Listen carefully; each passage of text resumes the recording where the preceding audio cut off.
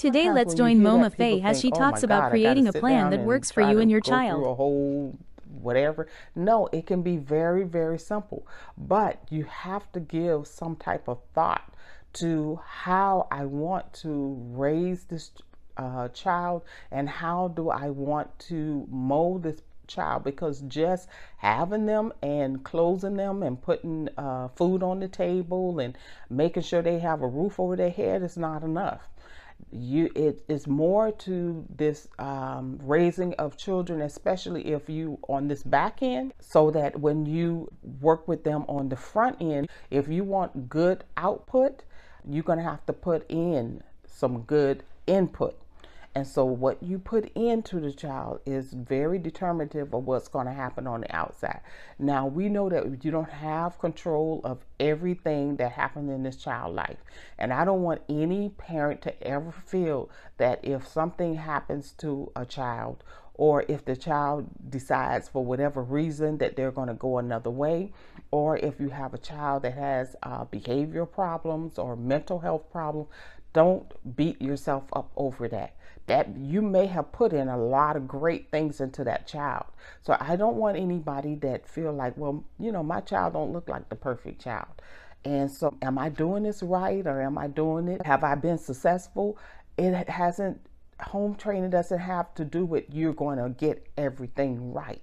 What it is it's a way and a path and a plan so that you won't be so out of control. You want to be able to have some level of control in your life, because you too are a person and you too have to have certain things in your life. So this helps you to be able to stay up on, okay, I know these are some of the things that I want my child to be exposed to. These are some of the things that I want my child to learn. And then sometimes what I bring up in the book is some things that we may have not really thought about. Some of the things that I bring up in this guide were things that later on, after I was well into raising my kids, that I realized that, oh man, I wish I'd had spent more time in this particular area. And so I wanted to present that for you so that you won't make the same mistake, and you could think about, oh yeah, I really need to be a little bit more intentional about this. I need to be more intentional about making sure that they have some exposure to that. So that was one of the main things that I wanted to do. What is your economic status? Because everybody don't have are on the same status. What one person may be able to afford may not be something that you can afford. So do it on your level. One of the things that I used a lot when my children were coming up was the local library, because in the local library they had a lot of resources that I did not have at my disposal at that time, that I do now, but I did not at that time. At that time, I'd have laptops at home. I had one home computer, and that was later on. And I made sure that I got at least one computer in the house, and I had made sure that I had connection. Now, of course, I have multiple computers in my home. I have multiple monitors, and I also have great internet. But I didn't have that with early on in my raising of my kids. So I had to utilize the library. And the local library, believe it or not, have computers. The local library have some resources. I did not drop them off and leave them to the librarian to do this for me. But when I had time, I would take my children to the library, and the librarians there, and most of the ones that I went into, they were very helpful. And so I was able to use that and help them to be able to find different resources and things that I did not have available to me.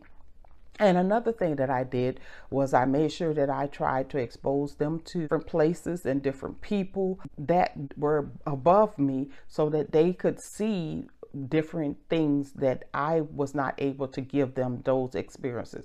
So it's also trying to find different ways to have experiences for the child, that they would be exposed to the things that you need them to intentionally be exposed to. So those are some of the things that you want to put in your plan.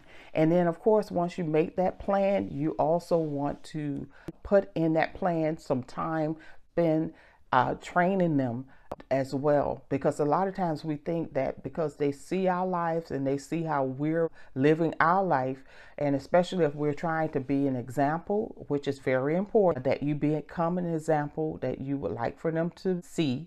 A lot of times we think that they're just catching on, and so there are times that you would have to sit down and explain to that, ask them to see how they're perceiving you, because sometimes the way that you think that they're perceiving you is not necessarily what is going on. And another thing is that you also want to make sure that you put them a part of the finances, because that was one of the areas that I felt that I lacked in, is showing them.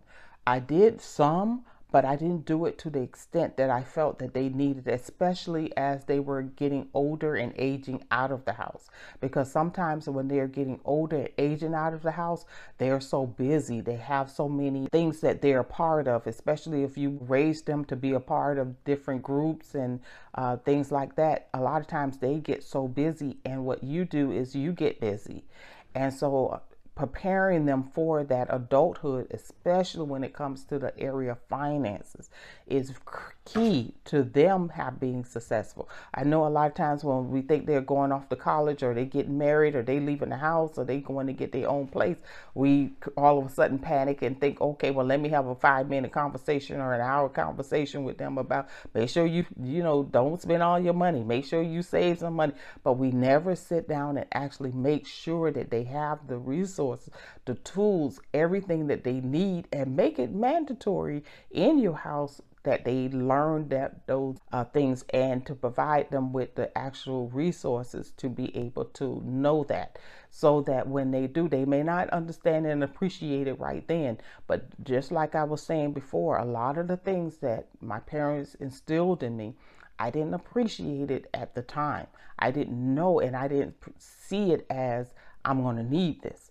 But they knew that I was going to need it. So because they knew that I was going to need it, they then made sure that I got it anyway.